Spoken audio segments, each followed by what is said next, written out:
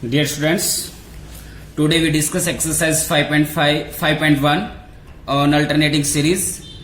We discuss the convergence of alternating series, absolute convergence and conditionally convergence of the alternating series. Okay, on this topic first we discuss question number 1 part 3rd here.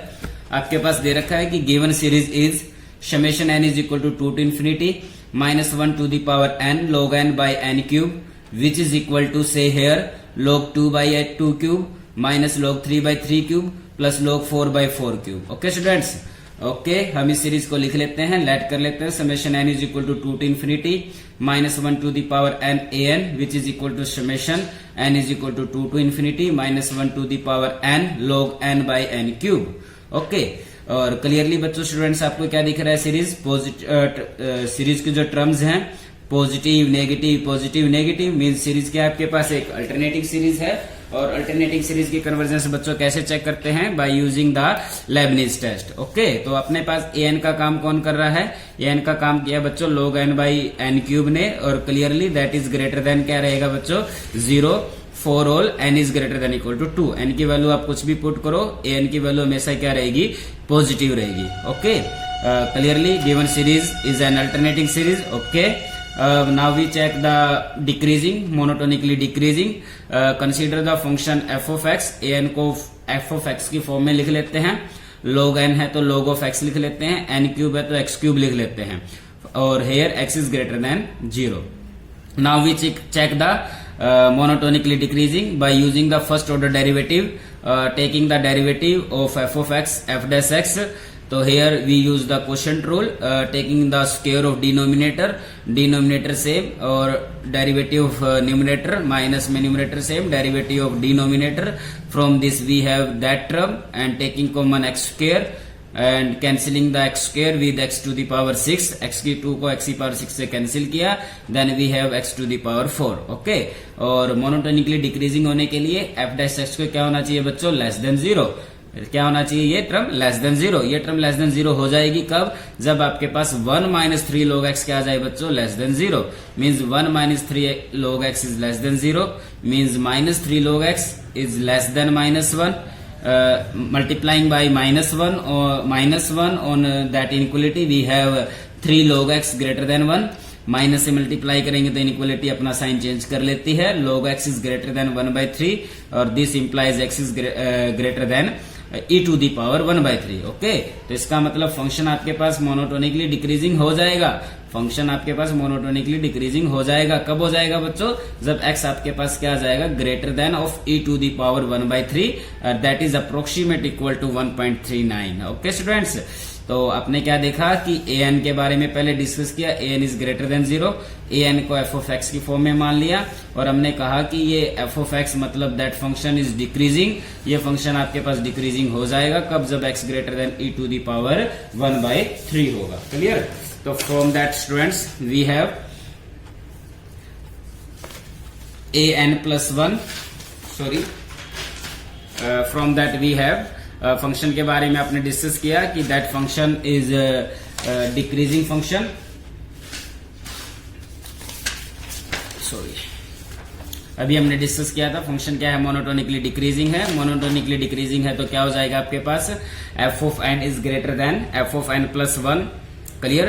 From by the definition of decreasing function. तो f of n का काम कौन कर देगा? an, और f of n plus 1 की जगह पर क्या आ जाएगा बच्चों? an plus 1. तो here an is greater than an plus 1 for all n is greater than equal to 2. Okay, now we take the nth term and applying the n goes to infinity. nth term पे limit n goes to infinity apply करके देखते हैं. ये nth term थी, limit n goes to infinity apply किया, infinity by infinity form आ जाता है. जब इन्फिनिटी बाई इन्फिनिटी फॉर्म आता है तो हम एल हॉस्पिटल रूल अप्लाई करते हैं. तो therefore limit n goes to infinity, log n का डेरिवेटिव 1/n आ जाएगा, और n क्यूब का डेरिवेटिव बच्चों 3n² आ जाएगा. जहां भी n आएगा वहां n को इनफाइनाइट से रिप्लेस करके देखा, 1/इनफाइनाइट क्या आ जाता है? 0 आ जाता है. ओके, हमने क्या देखा? All the conditions of Leibniz test are satisfy. Leibniz test की सभी कंडीशन सेटिस्फाई हो गई. अगर लेबनीज टेस्ट की अगर ऑल द कंडीशन सेटिस्फाई हो जाए तो by Leibniz test given series is convergent. Okay students, now we discuss question number 2 part 1. Heading of that question, test the convergence and absolute convergence of the flowing series. आपके पास एक series दे रखी है, उसकी convergence और absolute convergence के बारे में हमें डिस्कस करना है।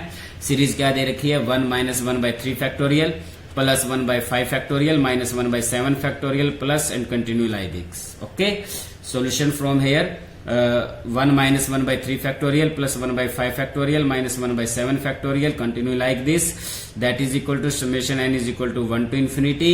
इसको summation की फॉर्म में लिखेंगे -1 to the power n minus 1। आपने देखा 1 फैक्टोरियल, 1 के नीचे क्या है 1 फैक्टोरियल, 3 फैक्टोरियल, 5 फैक्टोरियल, 7 फैक्टोरियल, तो नीचे एपी की सीरीज बनती है और एपी की सीरीज की n टर्म निकालने का फार्मूला है a प्लस में n माइनस 1 इंटू में d।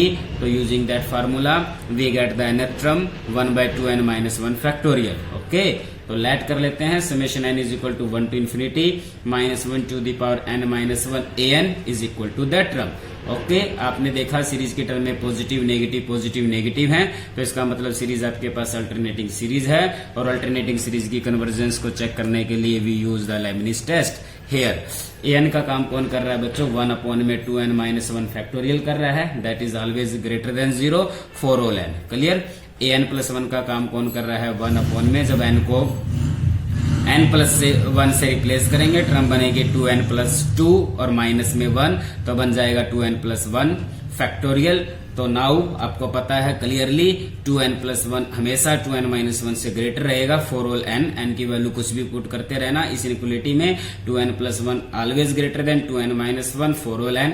अगर 2n प्लस 1 2n माइनस 1 से ग्रेटर है तो उसका फैक्टोरियल भी ग्रेटर होगा। इनइक्वालिटी का रेसिप्रोकल लेंगे, इनइक्वालिटी अपना साइन चेंज कर लेगी, ये किसके इक्वल है an प्लस 1 के और ये किसके इक्वल है बच्चों an के। ओके, तो from that we have an plus 1 from there कि an plus 1 is less than an for all n। अब क्या करते हैं, nth टर्म पे limit n goes to infinite apply करते हैं। nth टर्म आपके पास 1/, में 2n माइनस 1 फैक्टोरियल है और इस पे limit n goes to infinite apply किया तो वैल्यू क्या जाती है बच्चों 0।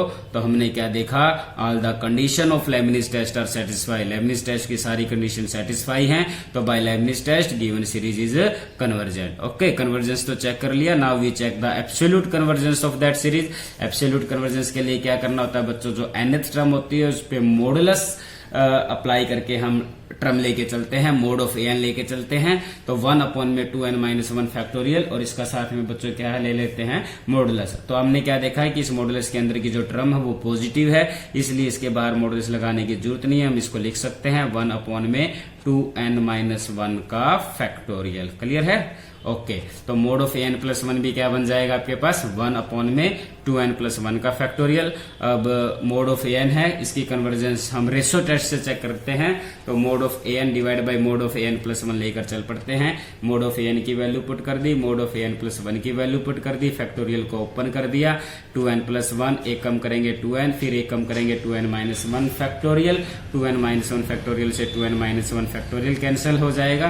तो therefore limit n goes to infinity mod of an by mod of an plus 1 is equal to limit n goes to infinity 2n plus 1 into 2n, n को infinite पूर करेंगे तो इनफाइनाइट आ जाता है। ओके बच्चों, और आपने पढ़ा था कि रेशो टेस्ट में limit n goes to infinity an by an plus 1 अगर इनफाइनाइट आ जाता है तो सीरीज क्या हो जाती है बच्चों, कन्वर्जेंट होती है। तो therefore by ratio test summation n is equal to 1 to infinity mod of an is convergent। Modulus लगाने के बाद भी सीरीज क्या है, कन्वर्जेंट है, तो hence the given series is absolutely convergent, hence the given series is absolutely convergent. Okay students, तो आपको एक इंपॉर्टेंट बात और बताते हैं कि आपने एक थ्योरम पढ़ी थी कि every absolutely convergent series is convergent. इसलिए अगर कोई भी क्वेश्चन आपके पास आता है जिसमें कन्वर्जेंस और एब्सोल्यूट कन्वर्जेंस चेक करनी है तो पहले आप उस क्वेश्चन की एब्सोल्यूट कन्वर्जेंस चेक कर लो। अगर वो एब्सोल्यूट कन्वर्जेंस हो जाएगा तो कन्वर्जेंट तो वो ऑटोमेटिकली है, तो फिर उसको आपको कन्वर्जेंस दिखाने की जरूरत ही नहीं है, जैसे कि इस क्वेश्चन में था। अगर आप इस क्वेश्चन में पहले एब्सोल्यूट कन्वर्जेंस चेक करते हो तो वो एब्सोल्यूट कन्वर्जेंस बन जाएगा। अगर इस क्वेश्चन की हम एब्सोल्यूट कन्वर्जेंस चेक करते हैं तो वो एब्सोल्युटली कन्वर्जेंट है। और आपने एक थ्योरम पढ़ी, एक रिजल्ट पढ़ा है कि every absolutely convergent series is also a convergent series. तो by that definition, by that theorem, तो ये सीरीज ऑटोमेटिकली आपके पास क्या हो जाएगी, कन्वर्जेंट। अगर वो एब्सोल्युटली कन्वर्जेंट नहीं है तो उस सिचुएशन में आपको उसकी कन्वर्जेंस चेक करनी पड़ेगी। Okay students.